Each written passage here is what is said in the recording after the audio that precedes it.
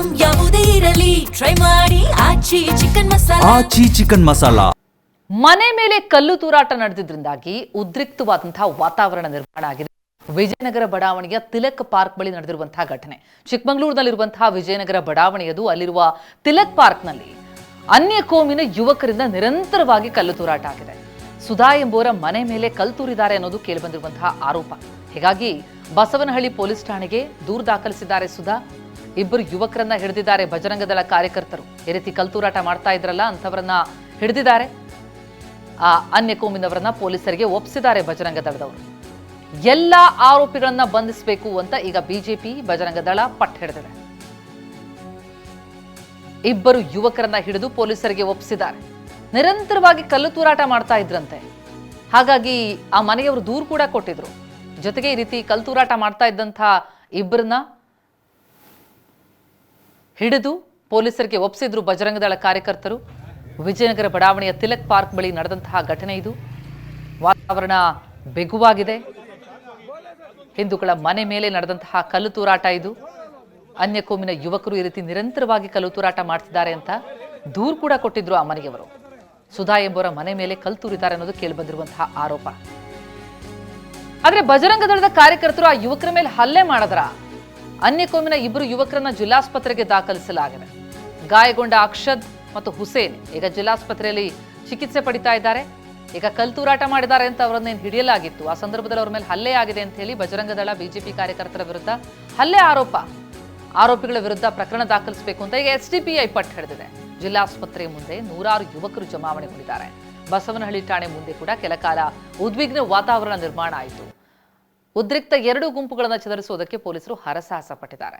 ಠಾಣೆ ಮುಂದೆ ಭದ್ರತೆಗೆ ಅಂತ ಹೆಚ್ಚುವರಿ ಪೊಲೀಸರನ್ನ ನಿಯೋಜನೆ ಮಾಡಲಾಗಿದೆ. ಎಎಸ್ಪಿ ಜಯಕುಮಾರ್ ನೇತೃತ್ವದಲ್ಲಿ ಠಾಣೆ ಮುಂದೆ ಬಿಗಿ ಭದ್ರತೆಯನ್ನು ಒದಗಿಸಲಾಗಿದೆ.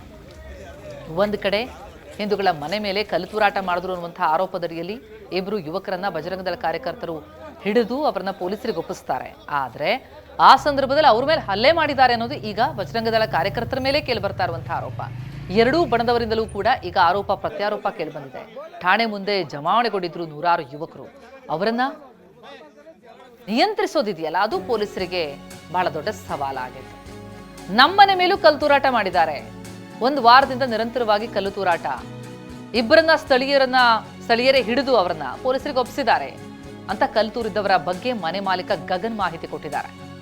ಅಂದ್ರೆ ಒಬ್ಬರ ಮನೆ ಮೇಲಲ್ಲ, ಇನ್ನೂ ಒಬ್ಬರ ಮನೆ ಮೇಲೆ ಈ ರೀತಿ ಕಲ್ಲು ತೂರಾಟ ಆಗಿದೆ ಅನ್ನೋದ್ರ ಬಗ್ಗೆ ಆರೋಪ ಕೇಳಿ ಬರ್ತಾ ಇದೆ. ನಾನು ಕೆಲ್ಸಕ್ಕೆ ಹೋಗ್ತೀನಿ, ತಾಯಿ ತಂಗಿ ಮನೆಯಲ್ಲಿ ಇರ್ತಾರೆ, ಮಧ್ಯಾಹ್ನ ರಾತ್ರಿ ವೇಳೆ ಎಲ್ಲ ಕಲ್ಲೆಸಿತಾರೆ. ಕಲ್ಲೆಸ್ದ ಪ್ರಶ್ನೆ ಮಾಡಿದ್ರೆ ನಮ್ಮ ತಾಯಿ ತಂಗಿ ಜೊತೆ ಯುವಕರು ಜಗಳ ಆಡಿದ್ದಾರೆ ಅಂತ ಕಲ್ಲು ತೂರಿದ್ರ ಬಗ್ಗೆ ಮನೆ ಮಾಲೀಕ ಗಗನ್ ಮಾಹಿತಿ ಹಂಚಿಕೊಂಡಿದ್ದಾರೆ. ತೋಟಕ್ಕೆ ಹೋದಾಗ ಮನೆ ಹತ್ರ ಬಂದ್ಬಿಟ್ಟು ಡೋರ್ ಲಾಕ್ ಓಪನ್ ಮಾಡೋದು ಈ ಥರ ಎಲ್ಲ ಮಾಡಿದ್ದಾರೆ. ಆಮೇಲೆ ನಾವು ಇನ್ನೇನು ಈ ಥರ ಇರುತ್ತಲ್ಲ ಅಂತೇಳಿ ನಾವು ಏನು ಮಾಡೋದು 112ಗೆ ಫೋನ್ ಮಾಡಿ ಕರೆ ಕೊಟ್ಟು ಆಮೇಲೆ ಅವ್ರು ಒಂದು ಸತಿ ಬೀಟ್ ಹೊಡೆದಿದ್ದಾರೆ. ಅದಾದಮೇಲೆ ನಾವು ಬಿಟ್ಟಿದ್ದು. ಈಗ ನೆನ್ನೆ ಬಂದ್ಬಿಟ್ಟು ಮನೆಗೆಲ್ಲ ಇದು ಕಲ್ಲು ಹೊಡೆದಿದ್ದಾರೆ. ಮತ್ತು ಲೇಡೀಸು ಗಾಬರಿಯಾಗಿ ಹೊರಗೆ ಹೋಗಿದ್ದಾರೆ. ಹೊರಗೆ ಹೋದಾಗ ಅವ್ರೇನು ಮಾಡಿದ್ದಾರೆ, ಏನಕ್ಕೂ ಬೈದಿದ್ದಾರೆ. ಫುಲ್ಲು ಕೆಟ್ಟದಾಗ ಹೆಣ್ಮಕ್ಳಿಗೆಲ್ಲ ಬೈದಿದ್ದಾರೆ. ಮತ್ತು ಕಲ್ಲು ತೂರಾಟ ಮಾಡಿ ನಾನು ವರ್ಕ್ ಮಾಡೋಕ್ಕೆ ಹೋಗ್ತೀನಿ, ಅಮ್ಮನೂ ಇರಲ್ಲ ಮತ್ತು ಅಪ್ಪನೂ ಇರಲ್ಲ. ಹಂಗಾಗ್ಬಿಟ್ಟು ಇವರು ಹೆಣ್ಮಗಳು ಒಬ್ಬಳೇ ಇದ್ದಾಗ ಒಂದು ಕಲ್ಲು ಹೊಡೆದು ಹೋಗಿದ್ದಾರೆ. ಹಂಗಾಗಿ ಕಂಪ್ಲೇಂಟ್ ಅವರೇ ಕಲ್ಲಾಗಿ ಹೊಡೆದಿದ್ದಾರೆ. ಕಲ್ಲಾಗಿ ಹೊಡೆದು ಇವ್ರು ಏನು ಮಾಡಿದ್ದಾರೆ, ಡೋರ್ ತೆಗೆದಿದ್ದಾರೆ. ಡೋರ್ ತೆಗೆದು ಹೋದಾಗ ಅಲ್ಲಿ ಕ್ಯಾಚ್ ಮಾಡಿದ್ದಾರೆ ಸರ್. ಒಂದು 3-4 ದಿನದಿಂದ ಕಂಟಿನ್ಯೂಸ್ಗೆ. ಹಂಗಾಗಿ ಒಂಚೂರು ಕಂಪ್ಲೇಂಟ್ ಕೂಡ ಮಾಡಿ. ಘಟನೆ ಕುರಿತಂತೆ ಡೀಟೇಲ್ಸ್ ಪಡೆಯೋಣ. ನಮ್ಮ ರಿಪೋರ್ಟರ್ ಅಶ್ವಿತ್ ಈಗ ಸಂಪರ್ಕದಲ್ಲಿದ್ದಾರೆ. ಅಶ್ವಿತ್, ಏನಿದು ಕಲ್ಲು ತೂರಾಟ? ಯಾರಿವರು ಕಲ್ಲು ತೂರ್ತಾ ಇರೋರು? ಏನವ್ರಿಗೆ ದ್ವೇಷ? ಆಕ್ಷನ್ ಏನಾಗ್ತಾ ಇದೆ ಈಗ ಈ ಘಟನೆ ಕುರಿತಂತೆ?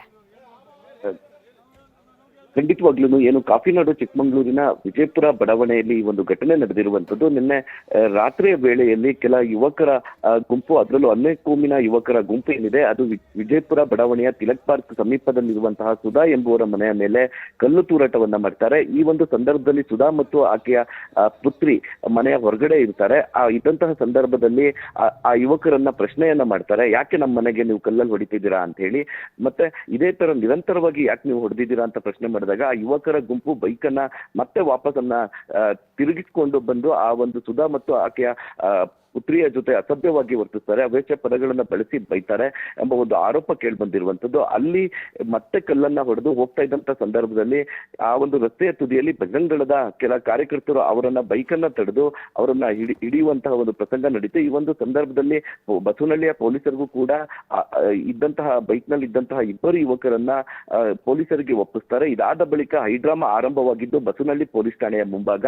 ಪ್ರಮುಖವಾಗಿ ಬಜರಂಗ ದಳದ ಕಾರ್ಯಕರ್ತರು ಇಬ್ಬರು ಯುವಕರು ಮಾತ್ರ ಅಲ್ಲ, ಇನ್ನೂ 4 ಜನ ಇದ್ದಾರೆ, ಅವರನ್ನ ಬಂಧಿಸಬೇಕು, ಜೊತೆಗೆ ಇವರು ಯಾವ ಕಾರಣಕ್ಕಾಗಿ ಕಲ್ಲನ್ನ ಹೊಡಿತಾ ಇದ್ರು ಎಂಬ ದಿಕ್ಕಿನಲ್ಲಿ ತನಿಖೆ ಆಗ್ಬೇಕು ಅಂತ ಹೇಳಿ ನೂರಾರು ಸಂಖ್ಯೆಯಲ್ಲಿ ಜಮಾವಣೆಗೊಂಡು ಒಂದು ಆಕ್ರೋಶವನ್ನ ವ್ಯಕ್ತಪಡಿಸ್ತಾರೆ. ಅದೇ ರೀತಿ ಮುಸ್ಲಿಂ ಸಮುದಾಯ ಜೊತೆಗೆ ಎಸ್ಟಿಪಿನ ಕೆಲ ಕಾರ್ಯಕರ್ತರು ಕ್ಷುಲ್ಲಕ ಕಾರಣಕ್ಕೆ ನಮ್ಮ ಸಮುದಾಯದ ಯುವಕರ ಮೇಲೆ ಹಲ್ಲೆಯಾಗಿದೆ, ಬಜರಂಗದಳ ಮತ್ತು ಬಿಜೆಪಿಯ ಮುಖಂಡರೇನಿದ್ದಾರೆ ಹಲ್ಲೆ ಮಾಡಿದ್ದಾರೆ, ಅವರನ್ನ ಬಂಧಿಸಬೇಕು ಅಂತೇಳಿ ಪಟ್ಟು ಹಿಡಿದ್ರು. ಕೆಲ ಕಾಲ ಉದ್ವಿಗ್ನ ಪರಿಸ್ಥಿತಿ ನಿರ್ಮಾಣ ಆಗಿರುವಂತದ್ದು.